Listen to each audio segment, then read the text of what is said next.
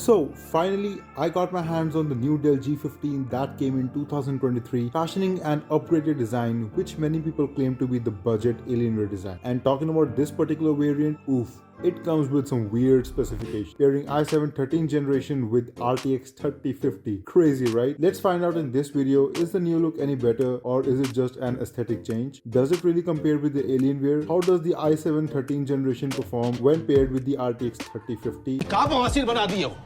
And the age-old question, should you consider buying this laptop? Starting with some general specifications of this particular laptop, it comes equipped with Intel Core i7-13650HX with 14 cores and 20 threads, out of which 6 are P cores and 8 are E cores. RTX 3050 with 6 GB of Gb DDR5 Ram with the maximum TDP of 90 watts, a 16 GB of DDR5 Ram clocked at 4800 MHz, which comes in dual channel, and 1 TB of Gen 4 SSD. Now let's take a look at the all-new Dell G15. Although its design has been changed, it looks almost the same with changes only on its back and side panel. Dell has added a cooler, more gamerly vibe to its air exhaust vents on the back side and added more edges to its already very edgy design. The rest is about the same with no noticeable changes like these textures. It has air exhaust vents on the back and on the sides, an air intake vent on the bottom, and an additional air exhaust vent on the top of the keyboard, which doesn't pose any heating issues while gaming even for 2 hours continuously in my experience. It comes in shadow grey color. It has dimensions of 14.06 by 10.08 by 1.06 inches, which is about the same as the last year's model, and has a weight of 2.8 kgs. But just because of its edgy corners, it sometimes feels uncomfortable to carry, to hold and carry around. It is built really well with no keyboard flex at all, very little top lid flex, virtually no screen wobble, but the hinges are a bit stiff. The laptop can be opened with one hand, but it lifts up a little bit while opening. But it is not an issue. It has a full-size keyboard, and the variant that I have has 4 zones of RGB backlight, which has certain effects that can be cycled through the Alienware command center. The keys feel a bit hard to press, but was not noticeable while playing games. It has this highlighted WASD keys which add to that gamerly feel. It has the G key on the top side of the keyboard, pressing which tunes the laptop for maximum performance immediately. Pretty useful. It also has a power button on the top right of the keyboard, which only works if you long press it. So no issues of accidental presses. It has a very cute, small,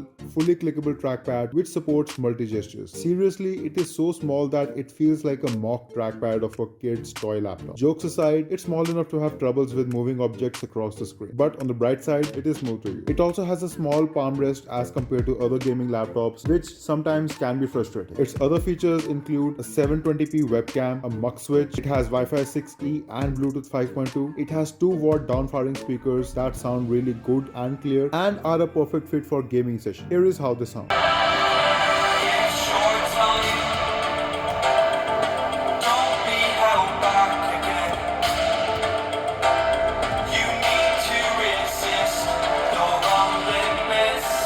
It comes with MS Office 2021 pre-installed. It has a measly 56 watt-hour battery, giving only 3 to 4 hours of regular usage and 1 hour of gaming. Pretty poor in my experience. However, it comes with a 240 watt charger, which charges up the laptop really quickly. Now, talking about the screen, it comes with a 15.6 inch WVA anti-glare panel with native resolution of 1920 by 1080p, an aspect ratio of 16 by 9, peak brightness of 250 nits, which feels dim to use in a well-lit room, only 45% NTSC color gamut, which is very low for a laptop in 2023. It is good for media consumption with no problems, but is not good for color accurate tasks. However, it comes with a 90% sRGB in RTX 4050 model. It has a screen response time of 9 milliseconds, which along with its low ghosting WVA panel is really good for esport games. It has good viewing angles of 175 degrees despite it being a WVA panel. Talking about the ports, it has in total 3 USB Type A ports and 1 USB Type C port. Starting from the left, it has 1 RJ45 Ethernet port and 1 audio mic combo jack. On the right side, it has 2 USB Type A 3.2 Gen 1 port. Rest of the ports lie on the back side, which has 1 USB Type C 3.2 Gen 2 port, which gives display output of up to 4K 60Hz and is connected to the iGPU. An HDMI 2.1 port, which gives display output of up to 8K 60Hz and is connected to the DGPU, another USB Type A 3.2 Gen 1 port, and 1 power input port. Ports wise, it is only average, giving ample USB Type A ports, 1 USB Type C port, and ports on the back side. However, it would be good if they gave USB Type A ports on the back side, as they are the most used ports and would give a more cleaner setup if they were situated in the back. Additionally, it does not have any Thunderbolt 4 port and cannot be used to charge the laptop using Type C port, and there is no always on functionality. Ports wise, it could do better. Talking about the upgradability Suitability, it has 2 RAM slots for DDR5 Ram of 4800 MHz with maximum capacity of 16 GB each, totaling 32 GB. One M.2 slot for Gen 4 NVMe SSD up to 2 TB with a form factor of 2280, but the other M.2 slot is for Gen 4 SSD for form factor of 2230 with a maximum capacity of 1 TB. It also has one upgradable Wi-Fi and Bluetooth card. Now, I put this laptop to a stress test to check its performance prowess, and it passed with flying colors. Cinebench R23 scored whopping 20,894 in multi-core performance and 1855 in single-core performance. Geekbench scored 13,521 in multi-core and 2502 in single-core. 3D Mark Time Spy scored 13,400 in CPU, 5,631 GPU, and 6,167 overall score. With scores like these, this laptop is suitable for tasks like hardcore gaming, streaming, coding, 4K level editing, creative workload, content creation,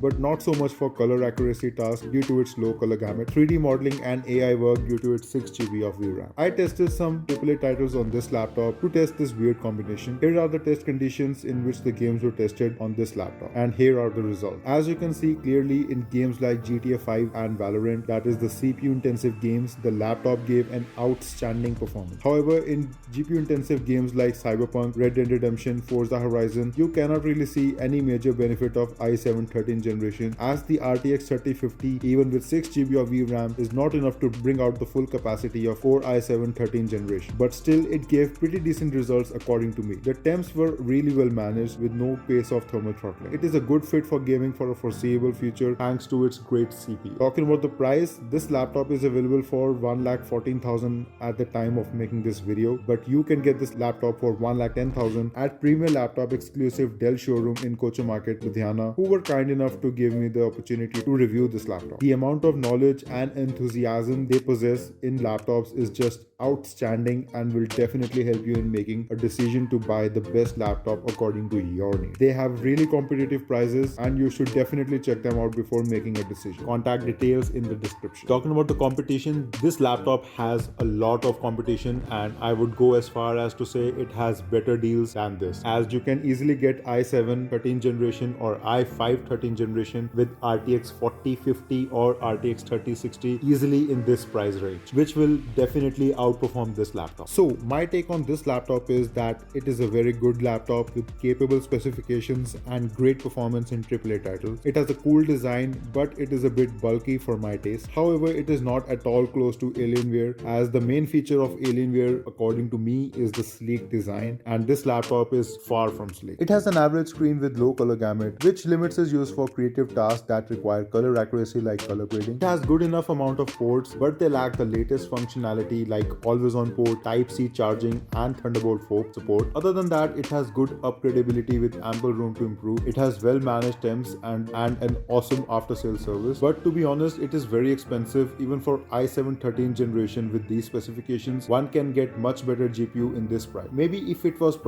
in the range of 85,000 to 95,000, this would have been a great option. Other than that, if you are getting a very good deal on this laptop, you can definitely go for it. It would not let you down. If you like the review, please hit the like button and subscribe to my channel for more laptop reviews like this. Thank you.